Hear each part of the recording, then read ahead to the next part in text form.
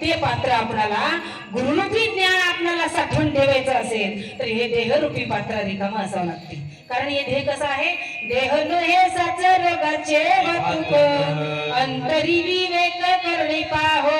म्हणजे अंतरंगातून बहिरंगी शुद्धी, अंतरंगी शुद्धीकरण घ्यायचं असेल तर देहरूपी पात्र स्वच्छ असावं लागतं. तरच चित्त चैतन्यात विलीन होते अथवा होत नाही महाराज. मग कसं करायचंय चित्त चैतन्यामध्ये? म्हणजे स्वतःने पवित्र आहे म्हणून सांगण्यासाठी काय असावं लागतं? आत्मशुद्धी असावी लागते. एखाद्या जाणकार माणसाला हा जाणकारी आहे हे कधी म्हणू शकतो आपण? जोपर्यंत आपल्याला त्याचं ज्ञान साध्य होणार नाही. चुका करणारे तर भरपूर असतात. पाठीमागात हिंडाला याला काय लागले वर्षानं म्हणतात, समोर येत नाही आणि जे जाते त्याला जाऊ देत नाही. क्रिकेट खेळतात काय तरुण आहेत का इथं?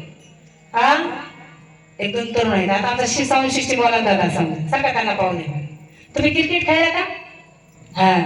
क्रिकेट खेळणारा बॅटिंग करणारा किती असते? बॅटिंग करणारा किती असतात लोक? एक तास. बॉलिंग करणारा किती? एक तास. आणि बॅटिंग करणारे तसंच आहे परमार्थामध्ये. एकच माणूस पुढे होतोय आणि त्याला आळव येणारे 1000 लोक असतात. शिवराय